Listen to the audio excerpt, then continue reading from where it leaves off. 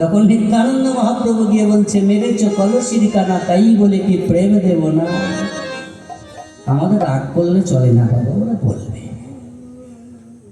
হ্যাঁ, খেলে এমন খাওয়া খাও যেন নেশা থেকে যায়। আরে সকালে খেলে, রাতে খেলে, সকালে নেশা চলে গেল, সে নেশা করে কোনো লাভ না। আমি নেশায় ডুবেছি সারা জীবনের জন্য, নেশা আমায় টানে। আমি এখন বহু দূরে থাকি এই গান করার জন্য। আমি সেখান থেকে ভোর 4টের সময় বেরিয়ে এসেছি কাল সারা রাত দিন রাত ডিউটি করে।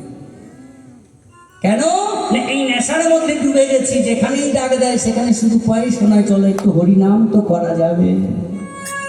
শুধু হরিনামে করা যাবে না, হরিনামে করতে গিয়ে কি হয় না, হরিনামে করতে গিয়ে যে টাকা পাবো সে টাকা আমার দুদিন পর খরচা হয়ে যাবে। কিন্তু ভক্তের আশীর্বাদে, ভক্তের ভালোবাসা, ভালোবাসা এতে আমার সারা জনমের সঙ্গে যাবে। যাবার বেলায় তো আমি কিছু নিয়ে যেতে পারবো না,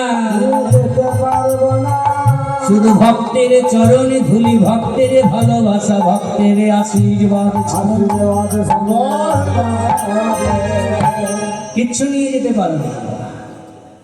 একমাত্র ভক্তের ভালোবাসা, ভক্তের আশীর্বাদ এটুকু সঙ্গে যাবে। আমি চলে গেলেও যেন ভক্তের মাঝে আমি থাকতে পারি বাবা। আজ হোক, 10 বছর পর হোক, 20 বছর পর হোক, একদিন আমায় চলে যেতে হবে। অর্থ করে রেখে যাব, খরচা হয়ে যাবে, কিন্তু এমন একটা কাজ করে যাব, এমন একটা জিনিস রেখে যাব যে আমি চলে গেলেও যেন আমি মানুষের মনের মধ্যে থাকতে পারি। আমরা বেঁচে মরে আছি, কিন্তু তাকে বলে মরে বেঁচে থাকা। তাকে বলে মরে বেঁচে থাকা। আমরা মরে গেলেও বেঁচে থাকবো। যেমন আছেন মহাপুরুষরা। হ্যাঁ, সম্রাট আলেকজান্ডারের যখন মৃত্যু হয়েছে,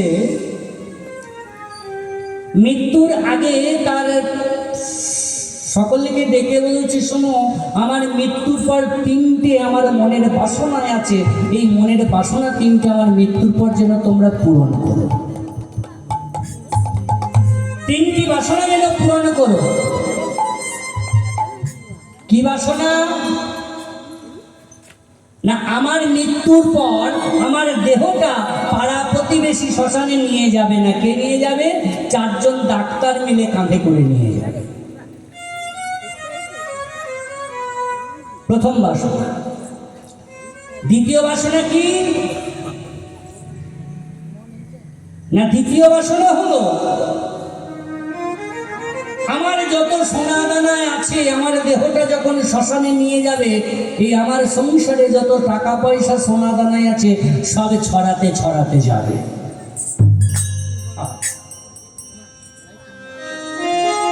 তৃতীয় বাসনা কি?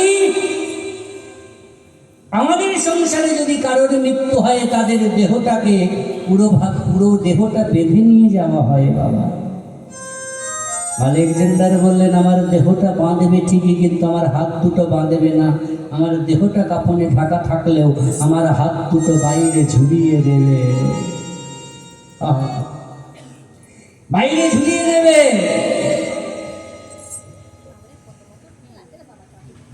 সকলে জিজ্ঞাসা করছে,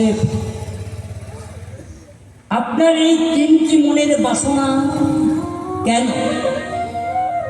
কিসের কারণে? না, প্রথমে কারণটা হলো, আমি ডাক্তারকে যত পয়সা দিই, যত টাকা দিই না কেন, একটা ডাক্তার একটা জীবনকে বাঁচিয়ে রাখতে পারে না। কোটি কোটি টাকা খরচা করলেও একটা জীবনকে বাঁচিয়ে রাখার ক্ষমতা ডাক্তারের নাই। তাই আমার দেহটা ডাক্তাররা শ্মশানে নিয়ে যাবে। টাকা পয়সা জমাদানা ছড়াতে ছড়াতে নিয়ে কেন নেওয়া যাবে না? আমি জীবনে এত কষ্ট করেছি, কতজনের সঙ্গে শত্রুতা করেছি, কতজনের সঙ্গে ভালো খারাপ ব্যবহার করেছি, শুধুমাত্র এই অর্থ করি টাকা পয়সা সোনা দানা সঞ্চয় করার জন্য। যেগুলোই আমি এত কষ্ট করে সঞ্চয় করলাম সেগুলো আমায় সব ফেলে দিয়ে চলে যেতে হবে, কিছু নিয়ে যেতে পারবো না।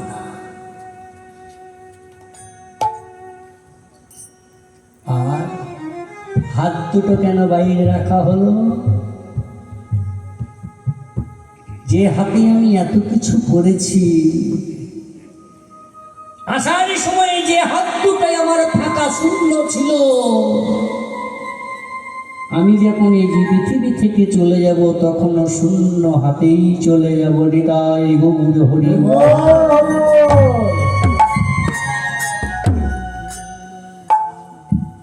যেটুকু কর্ম করে যাবে সেটুকু থাকবে না। তাই হরিবাসরে গেলে একটু লুধ্বনি দেবে, একটু জয়ধ্বনি দেবে, একটু হেমদণ্ড বাহু তুলে হরি বলবে, কিছুটা হলেও আমাদের কর্ম জমা হবে। আর যদি মনে করি এখন সময় হয়নি, এখন করবো না, বয়স হোক করবো, তখন দাঁত পড়ে যাবে, হাঁটুতে ব্যথা হবে, গুরুবাড়ি যেতেও পারবে না, আর হরিনাম বলতেও পারবে না তখন। হ্যাঁ, যদি বলতে হয় সময় থাকতে বলবো। কেউ বলবে তো সবাই? হ্যাঁ, এদিকে মায়েরা সবাই বলবো তো, সবাই মিলে তাহলে এবার করে করে তালি দিয়ে বলবো হরি বল। সবাই মিলে কিন্তু করে করে তালি দিয়ে, অবশ্য যাদের হাত আছে তারা তালি দেবে, যাদের নাই দিতে বলবো না। হরে কৃষ্ণ কৃষ্ণ কৃষ্ণ হরে হরে, হরে রাম রাম রাম হরে হরে। হরে কৃষ্ণ কৃষ্ণ কৃষ্ণ কৃষ্ণ হরে হরে, হরে রাম রাম রাম হরে হরে। হরে কৃষ্ণ কৃষ্ণ কৃষ্ণ হরে হরে, হরে রাম রাম রাম হরে হরে। হরে কৃষ্ণ হরে কৃষ্ণ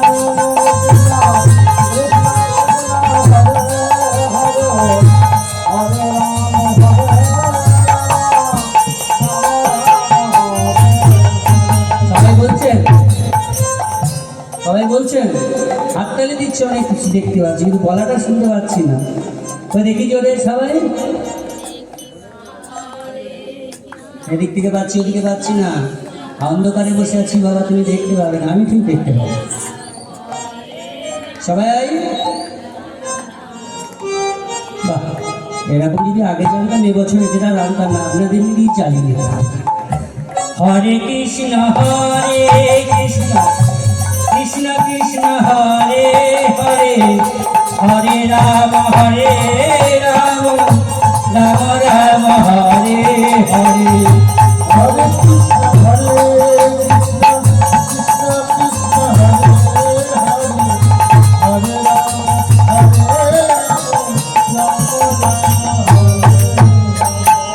তাহলে সবাই আজ কথা দিচ্ছেন প্রত্যেকদিন সন্ধ্যাবেলায় করে করে হরিনাম করবেন। এগুলো করবে তো? প্রত্যেকদিন সন্ধ্যাবেলায় একবার করে বসে 5 মিনিট হলেও হরিনাম করবে। আর যদি না জানি এদের কৃপায় আবার আসতে পারে, আমি যেন দেখি অন্তত কিছু মানুষ অন্তত গলায় তুলসী মালা করেছে। এটা ঠিক রাখতে পারিনি, তুমি বলছো বটে।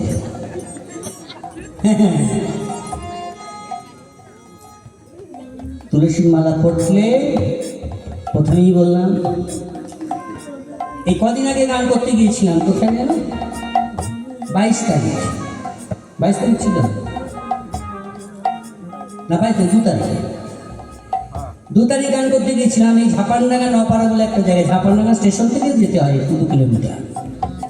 তো ওখানে আমি গান করছি, তুলসী মালা কথা যেই বলেছি, সঙ্গে সঙ্গে এক মা আমার উঠে এলেন। বয়স কত হবে? খুব বেশি হলে 25 থেকে 30-32-এর মধ্যে।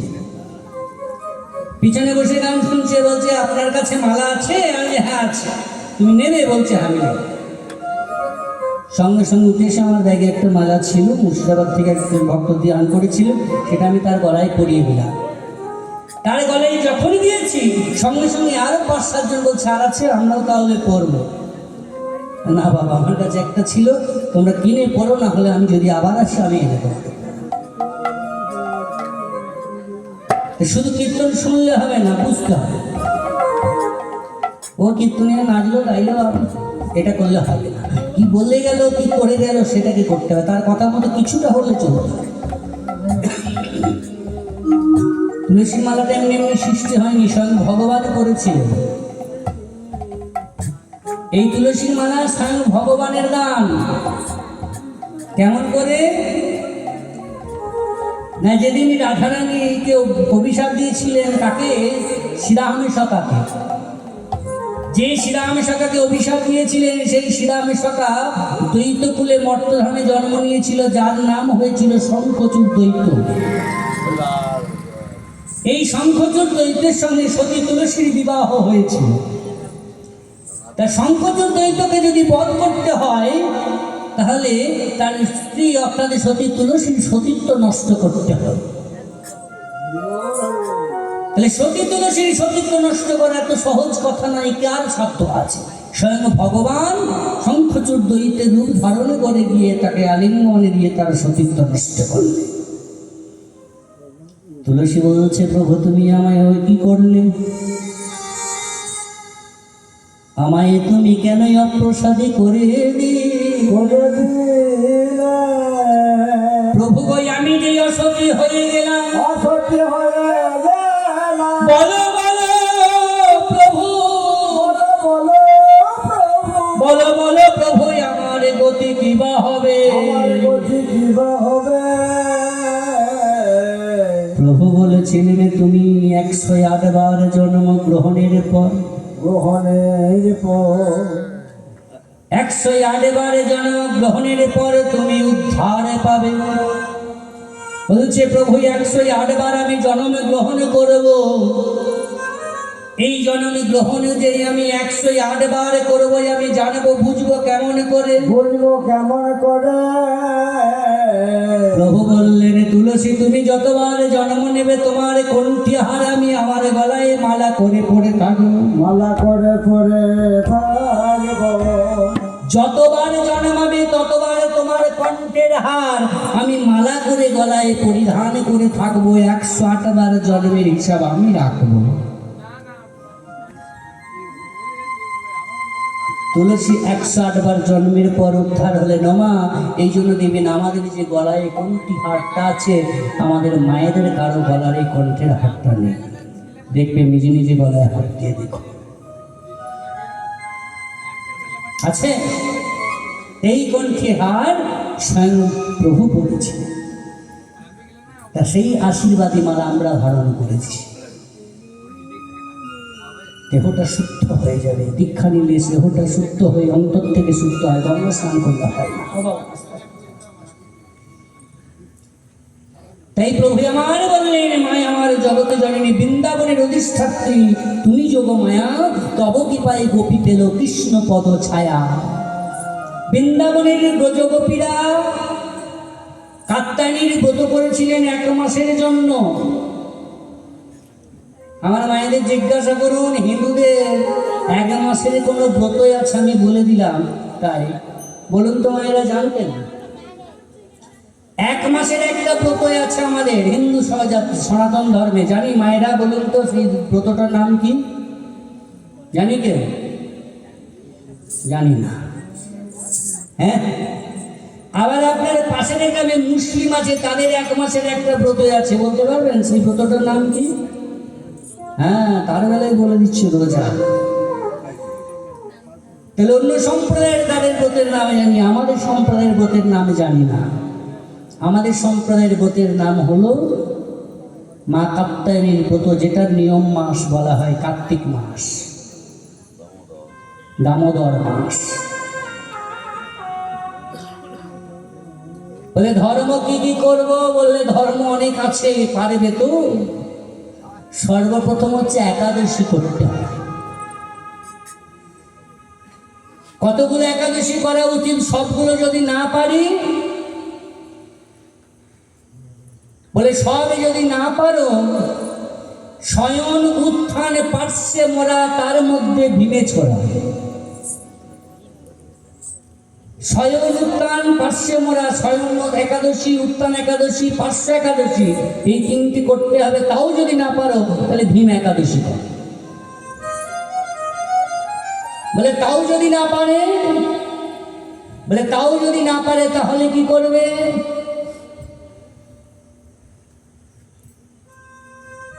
খেপার 14 খেপির 8, তাই নিয়ে কাল কাট।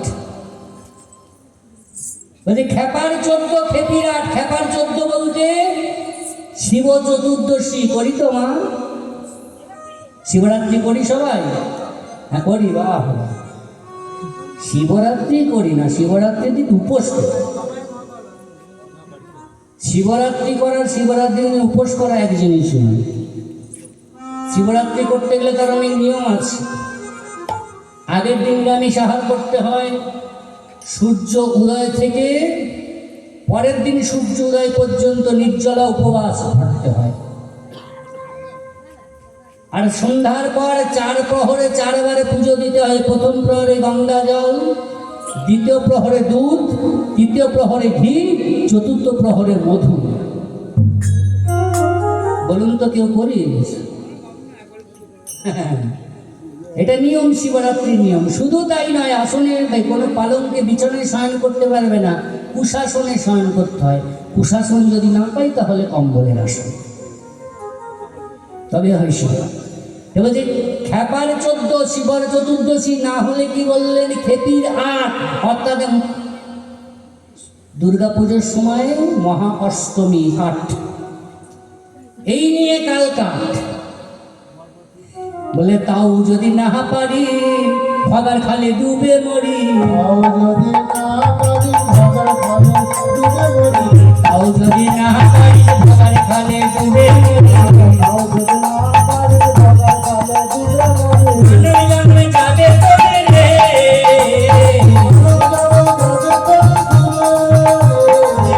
জন্মে যাবে তোরে রে।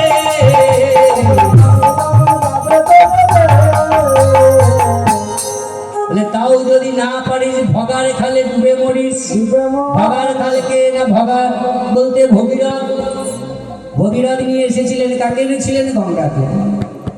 তাও যদি না পারো গঙ্গা স্নান করো, কিন্তু গঙ্গা স্নানটা গঙ্গা স্নানের মতো করতে হবে। ওই গেলাম আর দিকে চলে এলাম, এটা করলে হবে?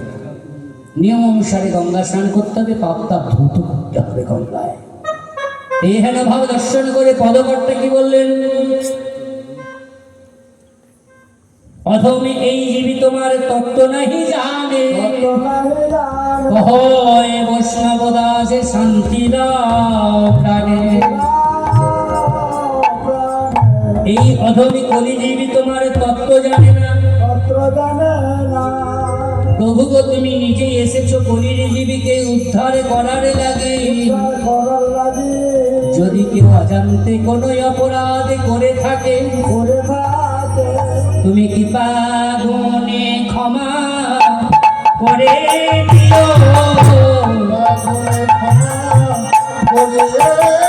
তুমি কৃপা গুণে ক্ষমা করে দিও।